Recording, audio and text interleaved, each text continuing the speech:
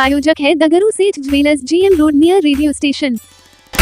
दरभंगा शहर के सौरभ सुमन ने भारतीय वन सेवा की परीक्षा में लहराया परचम, हासिल की 109वीं रैंक।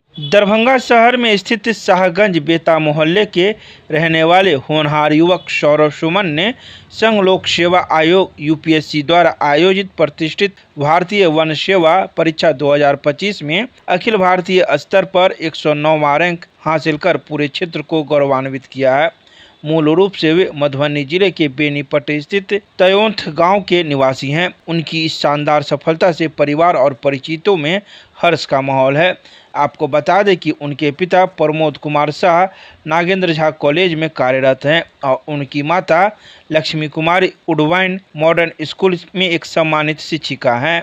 IIT बॉम्बे से वॉल्वो तक का सफर और फिर जन सेवा का संकल्प। सौरभ की शैक्षणिक यात्रा हमेशा से ही मेधावी रही है।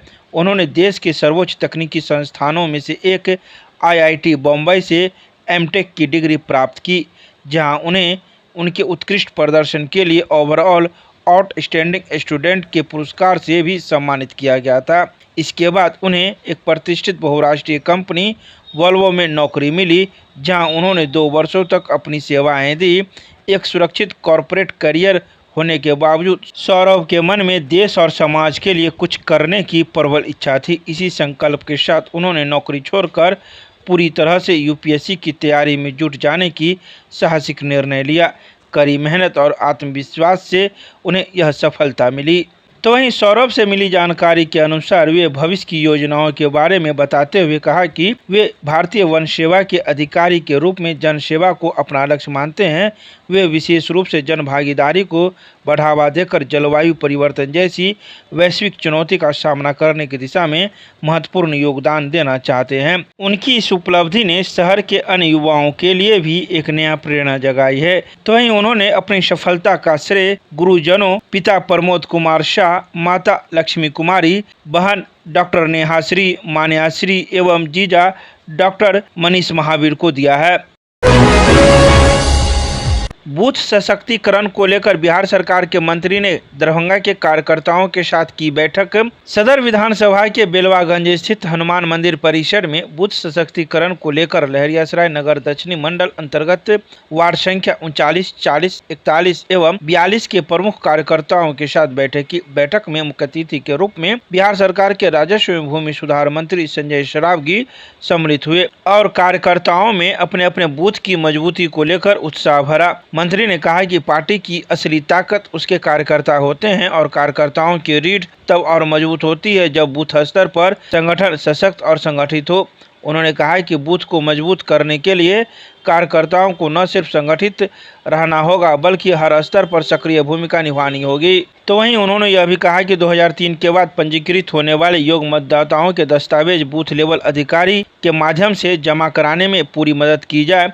साथ ही नए मतदाताओं और छूटे हुए मतदाताओं के नाम मतदाता सूची में जुड़वाने और अपात्र लोगों के नाम शामिल न होने देने पर विशेष ध्यान दिया जाए। इसके अलावा उन्होंने कई बातों की जानकारी दी। तो वहीं इन सभी बातों की जानकारी बिहार सरकार के मंत्री के द्वारा मंगलवार की शाम 4:30 बजे प्रेस रिलीज जारी कर दरभंगा के मीडिया को प्रदान की गई।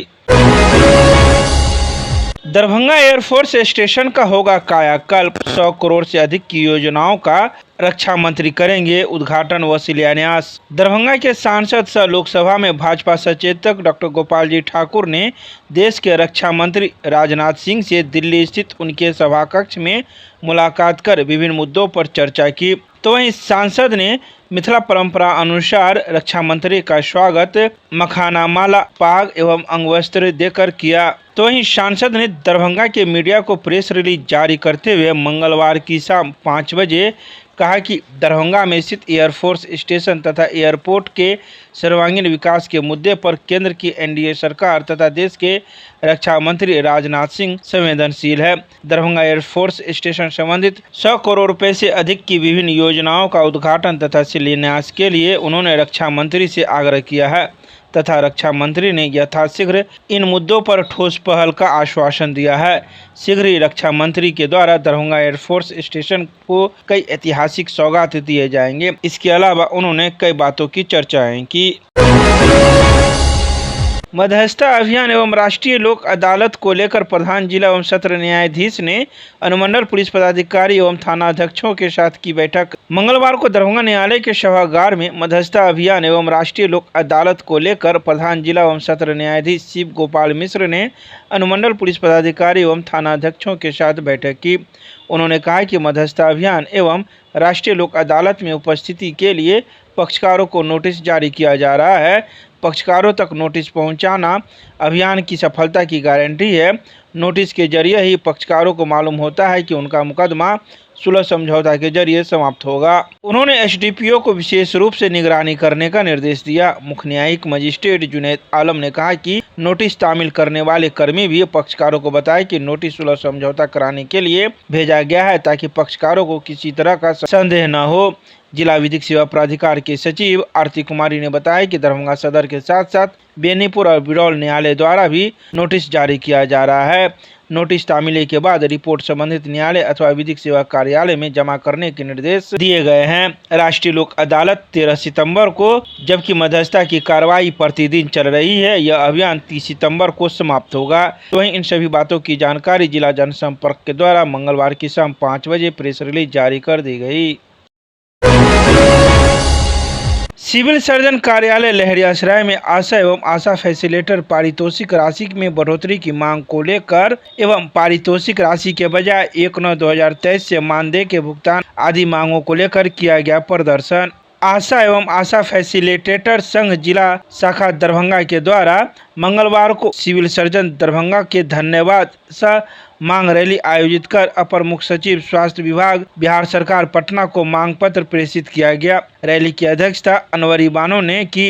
रैली को संबोधित करते हुए बिहार राज्य आशा एवं आशा फैसिलिटेटर के जिला मंत्री संयोगिता चौधरी ने बिहार सरकार के द्वारा आशा कार्यकर्ताओं को देय पारितोषिक राशि को 3 गुना करने का स्वागत करते हुए अनुरोध किया कि वे 12 अगस्त 2023 को विगत हड़ताल के दौरान हुई समझौता के अनुसार पारितोषिक राशि को मानदेय शब्द में परिवर्तन कर बढ़ी हुई राशि का भुगतान 1 सितंबर 2023 से करने, बकाया राशि का एकमुश्त भुगतान मुख्यालय से करने, वित्तीय वर्ष 2022-23, 23-24 के राज्यांश का राशि सहित 1000 रुपये के बकाया पारितोषिक राशि का अविलंब भुगतान करने की मांग की गई।